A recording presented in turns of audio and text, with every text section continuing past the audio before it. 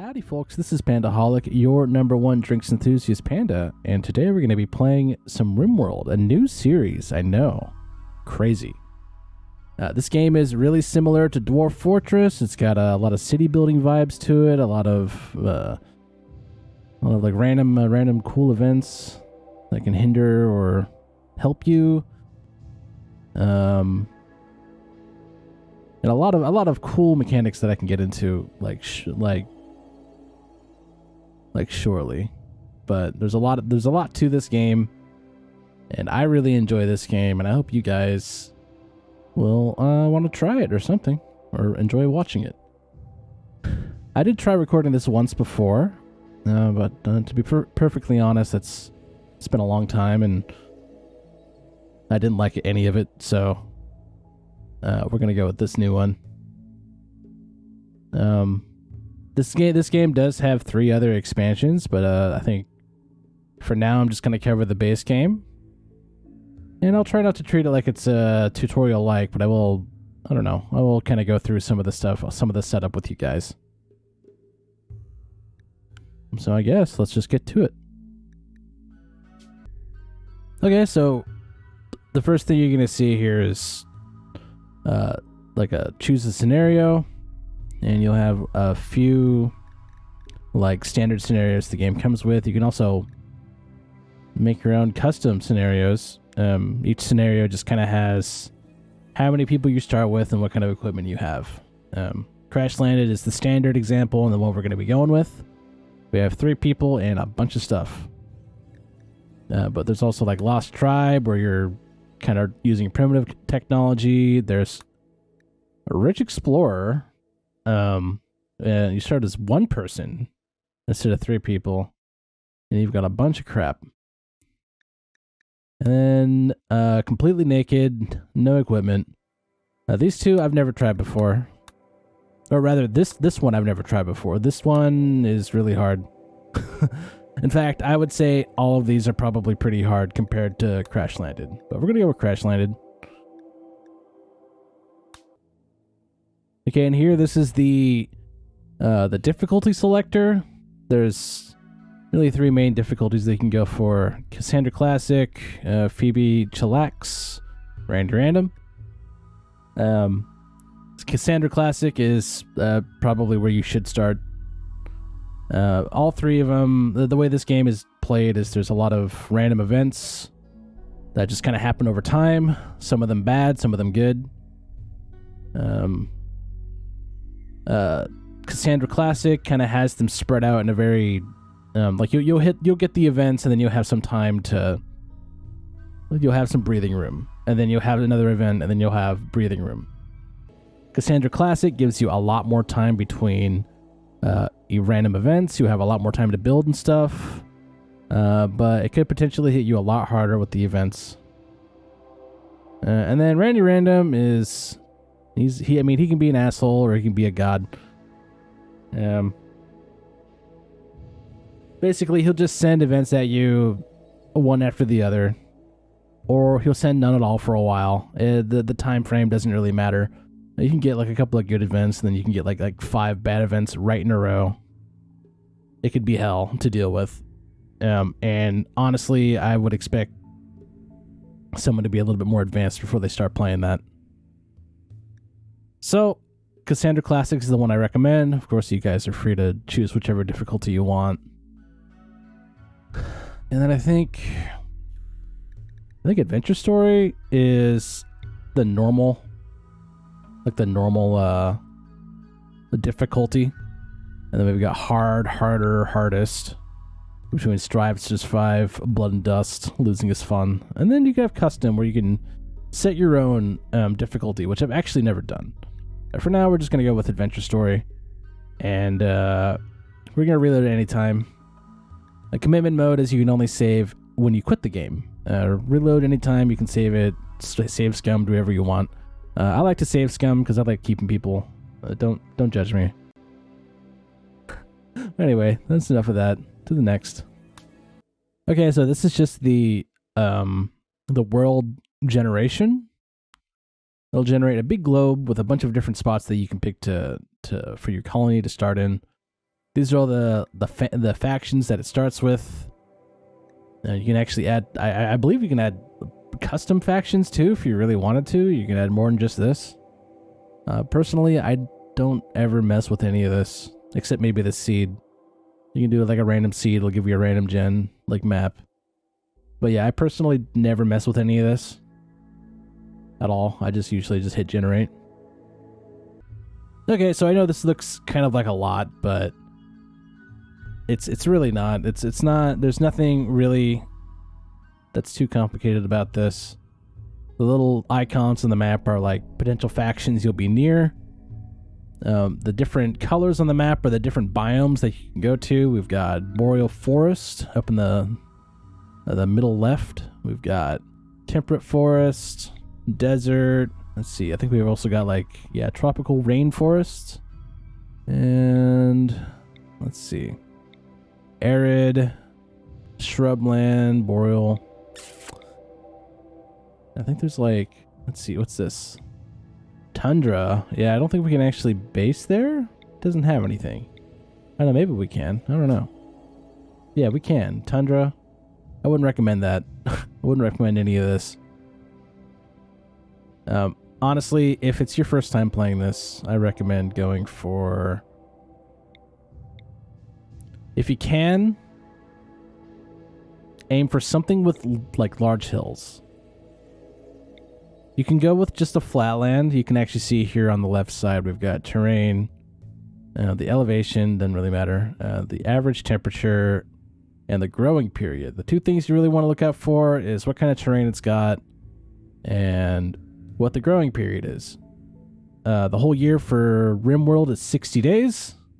So the more days you have, the better it is. Otherwise, you could potentially have some trouble.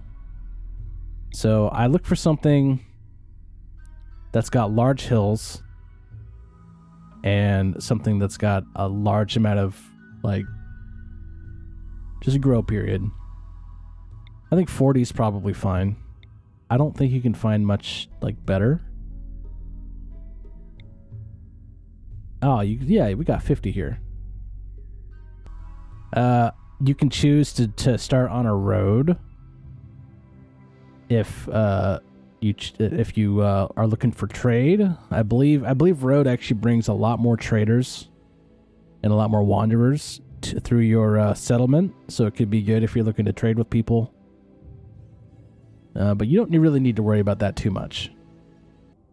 One other thing that you can mess around with is the size of the map, as well as your starting season. I recommend just starting it as auto. I think it starts you in the spring normally, but I would just set this as auto, and then you can set the size of the map.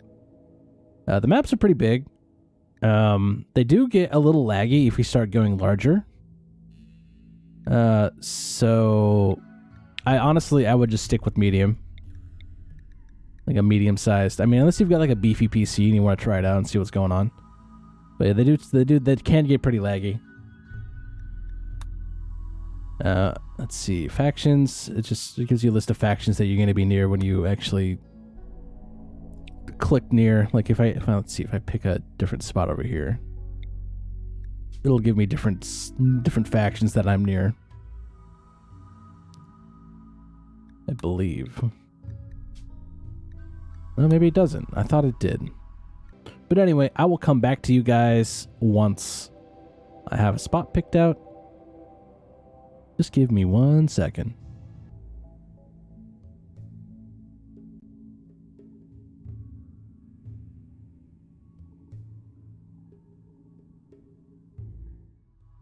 Okay, so this is where we get to kind of customize our characters. Sort of. So you start out here with 8 random individuals who have different stats and different traits. And you can pick 3 of them out of the 8. Some people like to pick just from these 8 and go with what they've got, what they've been randomized already. However, you can randomize each character. You can randomize them and they'll have different everything. And you can kind of build your perfect team if that's what you want to do. If you're going to build your perfect team, I would recommend having someone who is okay at cooking. I'd be like, I don't know, a skill of 5 or higher. Someone who's okay at construction. And probably someone who's okay with plants. And then maybe someone who's also good at medical. Those are basically the 4 that I would mainly aim for in the beginning. Although you obviously don't have to do this. As you can see on the left side, we've got traits. Some of them are bad. Some of them are good. So it's going to have to be up to you to kind of read the description of the traits and figure out what you want. Because there's a lot of traits and I could never ever go through all of them. Some of them will have previous injuries. Some of them will have previous relationships. Yeah, you can see here mother, brother, ex-wife, ex-husband. And I believe these are just all related to each other too, these relationships here. Oh, let's see. He's got a bad back, spine. That's a particularly bad one. Stab scar. Yeah, that's not good. But yeah, for me personally, I like to randomize my characters and kind of get a good all-around stat boost. And probably have no one with an injury and no one with a bad trait on them, although that's not necessarily, you know, something that's too important, I suppose. But that's what I'm going to do. I'm going to randomize these people until I like what they are about, and then we're going to go ahead and come back to you. Okay, and we're back. We've got a 3 maid. We've got Regina, Ryan, and Keisuke. I mean, we didn't get him perfect. But I feel like I'd be rolling forever if I did that. He's got an old gunshot wound, but it doesn't seem to pain him, so I didn't really worry about that. As long as it's not paining him, it's fine. He's a fast walker. He's kind. And he's a quick sleeper. This is going to be very good. But the main thing is he's really good at construction and plants. And he's got a few more perks too. Our chef. Well, he's a chef. He's a chef. He's good at cooking. And he's also great at medical. Exactly what we're looking for. He's also a quick sleeper. He doesn't do dumb labor, which is just hauling and cleaning. But he's volatile. So he could go into a depressive episode and be useless for a little bit, but we'll just have to keep him happy. Then we've got Keisuke. He's a careful shooter and he's kind. And while I didn't really focus this guy too much, because the other two kind of cover it, he does have some decent stats. He's artistic, that could be useful. And he could potentially be useful with construction and intellectual too, even though the stats are low. These little fires that are here are EXP bonuses. Right now the base is 100%.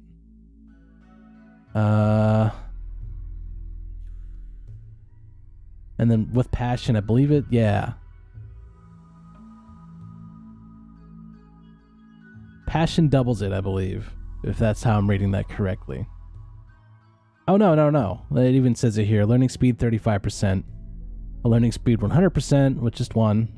Learning speed with 150% with just 2. And I believe there's a third one, too, that ups it even more. Although I don't think... Do any of these guys have it? Or is it just... Oh, maybe it is just 2. Either way... Very nice. Very cool. These are what we're going to start with. but I don't really want this to go on too long. So I think we'll end it here, and on the next one we'll actually start the game. Thank you all for watching. I hope I taught you something, or you enjoyed the video. Until the next one. If you made it this far, thank you for watching. If you like what you saw, please consider liking and subscribing.